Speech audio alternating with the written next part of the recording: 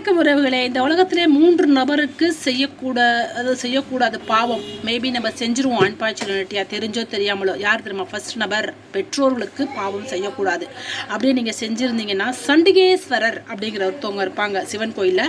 அவங்களுக்கு நீங்கள் அபிஷேகம் செஞ்சிட்டே வந்தீங்கன்னா பெற்றோருக்கு செய்யக்கூடிய பாவம் கழிஞ்சிடும் அப்படிங்கிறது ஒரு ஐதீகம் இருக்குது. அது மாதிரி சுமங்கலி பெண்களுக்கு பாவம் துரோகம் பண்ணக்கூடாது. நீங்கள் அப்படி சுமங்கலி பெண்களோட பாவத்தையோ துரோகத்தையோ நீங்கள் செஞ்சுருந்தீங்க அப்படின்னு சொன்னால் நந்தி தெய்வத்துக்கு நீங்கள் அபிஷேகம் செய்வது மூலமாக இந்த சுமங்கலிக்கு செய்யக்கூடிய பாவம் துரோகம் கழியும் அப்படிங்கிறது ஒரு ஐதீகம் இருக்குது. 3வது, உடன் பிறந்தோருக்கு பாவம் செய்யக்கூடாது, அப்படி துரோகமும் பண்ணக்கூடாது. மேபி நீங்கள் செஞ்சுருந்தீங்க அப்படின்னீங்கன்னா அஷ்டமி திதியில் வரக்கூட பைரவருக்கு நீங்கள் அபிஷேகம் செய்வது மூலமாக செஞ்சுட்டே வரணும். செஞ்சிட்டீங்கன்னா அந்த பாவமும் உங்களுக்கு கரைஞ்சிடும் அப்படிங்கிறது ஒரு ஐதீகம் இருக்குது.